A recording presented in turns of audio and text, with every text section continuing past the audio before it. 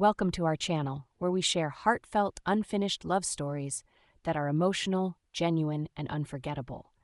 If you feel touched while listening, don't forget to like and subscribe to hear more stories that will stay with you long after they end. Hello, everyone. I'm the one who will tell you the story of how I completely ruined the lives of the vile bosses who tried to frame me. If you read to the end, you'll find out how I was falsely accused of being fired from my job and unintentionally started a chain of events that led to a staff reorganization, including the firing of several managers or their relocation to other restaurants, the general manager's divorce, an FBI investigation, the eventual arrest of one of the managers, and the deportation of several employees. Let's get started. A major corporate corporation that controls multiple restaurant brands owned the upmarket restaurant where I used to work. Before I was finally let go, I worked there for roughly 3.5 years, but more on that later. I want to start by outlining my responsibilities there. At work, I played a variety of roles. I made it my mission to learn everything I could from the day I began working there. When I wanted to learn a new department, I was quite tenacious with the management. After beginning as a server, I eventually advanced through several departments and positions, including banquets, catering, delivery, carryout, hosting, bartending, and bar backing. Making yourself available for as many hours as possible was my only objective while I was employed there. My hourly wage was around $15, though it may vary whether I was serving or working as a barman and receiving tips. Management eventually realized that I was more suited for one of the non-tipped roles. Since delivery, catering, and carryout were all under one department, they chose to give me the role of unofficial supervisor because I was so good at it. Since I would only be working in one department, I realized that this would eventually result in a few fewer hours, so I bargained with management to raise my pay by roughly $2.50. The pay raise satisfied them because I was taking on more tasks. I just wanted to be able to pay my expenses and have some money left over for enjoyment, not to get as much money as I could. Living in the heavily taxed city of Chicago, which is located in the already heavily taxed state of Illinois, made it challenging for me to make ends meet while still having money for fun. It didn't take a lot of money to make me happy, because I am a person who enjoys simple pleasures and can do so for extended periods of time. My interest in a video game could last for months or even years. An additional cost was incurred because I brought a family pet with me to Chicago. I gained a girlfriend shortly after I started working as the unofficial supervisor, so I was also going out more and spending money on her. I could afford all of this thanks to my job and some careful budgeting. The money wasn't a problem, but because of the high rate of management turnover, new managers frequently had no idea what the department involved or how crucial hours were to its employees. It was eventually announced that our present general manager would be replaced after being sacked. Regarding restaurant improvement, the new general manager was expected to be a rock star. He was the first Google search result when we searched up his name.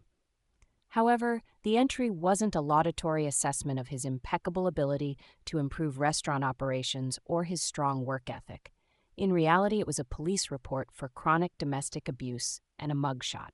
Later on, this will be significant. We'll refer to him as Hafiz. One of our top managers resigned shortly after Hafiz took over and began making adjustments. Like an incredible oracle, she told us that he will eventually lead this firm into the ground and that we should expect a lot of sexual harassment and misogynistic remarks as a result of her refusal to work with him. Shortly after her departure, our general manager started substituting our incumbent managers with carefully chosen individuals he had previously collaborated with. All managers were eventually replaced, with the exception of one.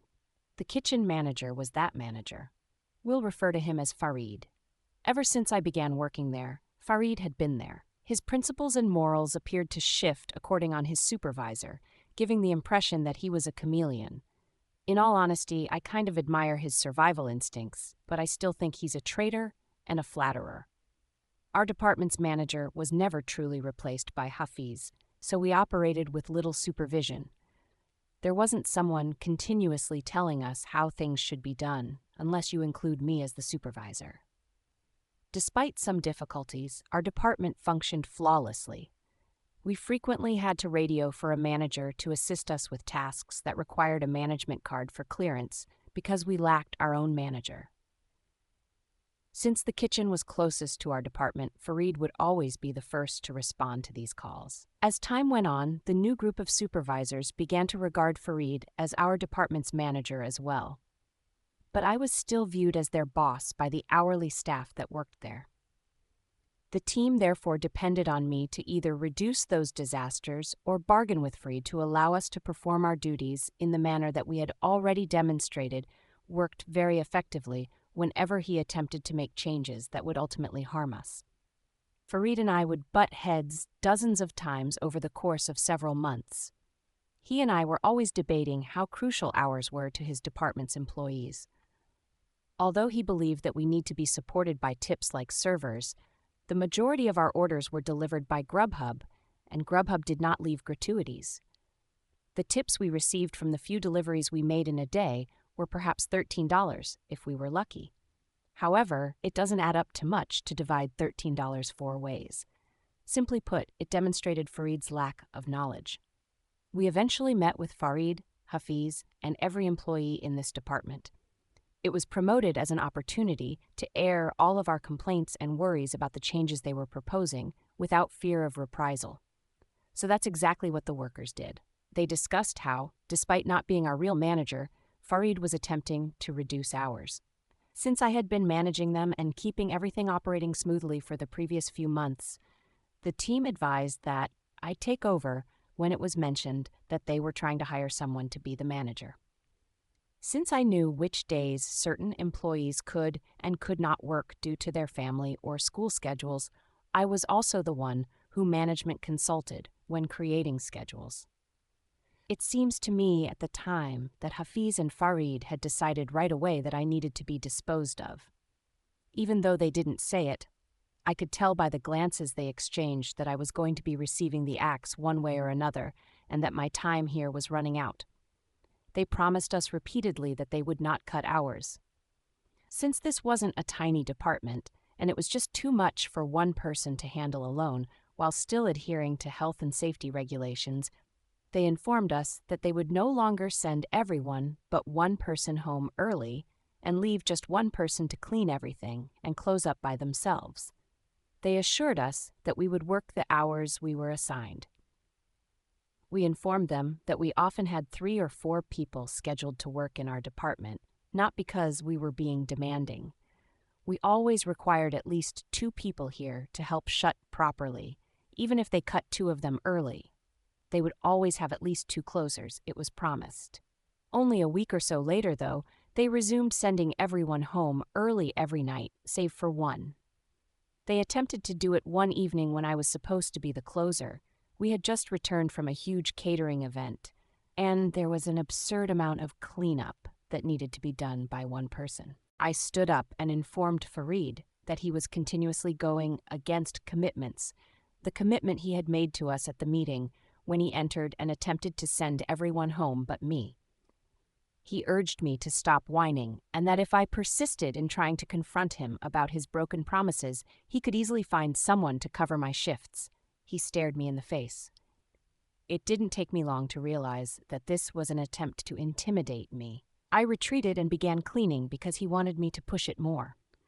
I had to remain far later than expected, which required extra pay, nevertheless. We were not permitted to work overtime without a manager's consent. Therefore, I received a write-up for that. Because the HR representative who was there at the time wasn't one of Hafiz's friends, I was permitted to leave without signing the write-up when I refused to sign it, citing the fact that I had attempted to explain to Fareed that I wouldn't be able to clean up all of this stuff alone before my scheduled shift ended. Fast forward to the day I lost my job. It should be mentioned at this point that I consistently arrived at work 1 hour early. The cost of food was high because we lived in Chicago. I would arrive at work an hour early each day to have some soup and bread for lunch before my shift, though, because we were permitted to have as much free soup and bread as we wanted at our employment. However, One of the Lemans informed me that he had a meal that had been canceled after he cooked it, and Farid had instructed him to deliver it to someone else when I entered the kitchen that day to grab myself some soup. He told me that Farid had already taken it and that anyone who wanted it may take it for free. I gladly accepted the complimentary appetizer since it just so happened to be my favorite. Hafiz and Farid came over to me shortly after I arrived at my booth and inquired as to whether I had purchased a ticket for that meal. I informed them that I had received it from the Leman and that Farid had already compensated for the canceled order.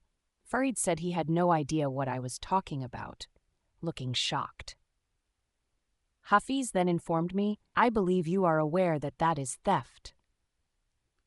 Proceed to consume the remaining food, then gather my belongings and depart. You're not going to eat here again after that." They wouldn't listen when I attempted to explain that the Lehman had given me this meal, so I offered to accompany them to the kitchen so I could speak with the cook about it. However, the Lehman had already left for the day when I returned to the kitchen with them to speak with him. All I could do was pack up my belongings, bid farewell, and go home. I informed my coworkers in my department that afternoon what had transpired just as it had happened as I was leaving. They were sad to see me go, but they were also astonished and upset. To make sure I didn't lose that money, I made the decision to stop by the accounting office on my way out and collect any tips that could have been dropped for me that week. I decided to just put my phone on record and shove it into my pocket with the camera rolling before I went down. I was able to acquire a rather garbled recording of Hafiz and Farid's voices through the door, saying that everything had gone according to plan and that they had been attempting to get rid of me ever since the meeting with my department, even though the video was completely black because it was in my pocket. They hushed before opening the door when I knocked. I asked for my tips when they inquired as to why I was still there. They took everything out of the safe and gave it to me. Even though what I had just heard made me angry, I chose not to burn this bridge just yet because I might be able to blow it up later. I shook hands with both managers, thanked them for the job, and walked out, making sure to take my phone out of my pocket to record the restaurant's name and emblem on the front of the sign. You learn to always cover your own ass when you work in a restaurant. It's true for the majority of professions, but I had a feeling that I would need all of this later. This is when it all went sideways. If I was being accused of stealing, I wanted to be prepared to refute the accusation if it ever came up in future job interviews. I posted on some local Facebook groups and sent some messages on the train trip home, announcing that I had recently been fired and that I was seeking for a job as soon as possible. I had already scheduled an interview for later that day by the time I got off at my stop. About 5 minutes into the interview, I received an offer of employment, but after reviewing the specifics, I decided it wasn't for me and declined. After a few interviews, I located a position that was a great fit, offered a significant pay rise over my former one, and spared me from dealing with customers. It was a logistics firm auditing job. Nevertheless, the manager of this position stated in the interview that he had already contacted my former workplace and had a conversation with Hafiz, the general manager. I was fired for stealing, Hafiz had informed him. I was fortunate that the manager I was interviewing asked me to elaborate on it, and he agreed to let me take out my phone and listen to the recording. I inquired as to whether the voice he used on the phone and the one in the video were the same. Yes, it was. For him, that was sufficient proof that I hadn't produced a phony video. When I showed him the front of the restaurant with the name and logo, he listened to the two managers on the video, acknowledged that they had set me up, and continued to watch to the very end. I was recruited right away by the manager who interviewed me. We'll start calling him Danish. He requested that I send him the recording. Yes, I did. That seemed to be the end of it. HR sent out a welcome email to all of our new team members approximately 7 months after we had all settled in quite well. It included a list of all the newest hires, some information about them, and photos of each of them. Each time they brought on a new group of employees, they mailed these out. Taufik, one of them, used to work with me at the restaurant as a coworker. I was quite happy to see someone I knew and liked joining the squad because we had worked together at the host stand. I went to his desk, greeted him, and inquired as to why he had left the restaurant. He had not gone voluntarily. The company was being investigated, thus he had been let go. At first, it had been a little issue. An email including my footage, which was taken from inside my pocket, was sent to the corporate body that operated the restaurant chain. That was sufficient justification for the company to deploy an internal investigator. There had been multiple attempts to contact me, so Taufik was somewhat shocked that I hadn't heard anything about it. When he stated that, I immediately went to the old email address I had used to apply for the restaurant job. I received at least 24 emails requesting that I come in to talk about my termination and employment. I never answered. I simply stopped caring enough. They couldn't reach me on the phone because I had changed my number since then. Taufik went on to say that before corporate sent someone, Hafiz and Farid had spoken with my department and attempted to offer them all a minor salary rise in an attempt to fabricate a story about my incapacity and failure to fulfill my responsibilities. There had been a slight departure of personnel from my previous department on the day the corporate auditor arrived. They immediately resigned in front of Asia, the corporate lady, and made sure to expose Hafiz and Farid before they left. For both of them, strike one. A few days after Aisha showed Hafiz and Farid the recording that started it all, strike two occurred. They strongly disputed it, but Hafiz's voice was unmistakable. It is distinct. Additionally, the film captured their voice and mine as we shook hands and said our goodbyes amicably. They had already boasted to Asia about this, believing it improved their image that we were able to part ways amicably. The real strike two wasn't this one. When it became evident that they needed to be split up, it was the moment. Thus, Aisha temporarily demoted Hafiz to manager and assigned Farid to work at another restaurant owned by our parent firm. They were split apart by this. Once an inseparable, diabolical team, they must have gone overboard due to the pressure of the inquiry. In a public post on the corporate page on Facebook, they ended up at each other's throats. Taufik gave the following explanation, but the post has since been removed.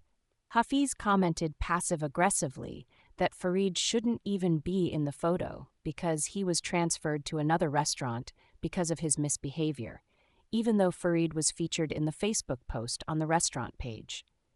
At least when people Google my name, I don't show up as the guy that punched his wife, Farid commented after seeing this message. Very funny from the guy who was being unfaithful to his wife with Jasmine's sister, Hafiz said in response. After they dismissed me as the unofficial supervisor of my former department, they appointed a female named Jasmine, not her real name, to serve as the official supervisor. You haven't tried with half the waitresses because they all have stories about you trying to fuck them, Farid responds.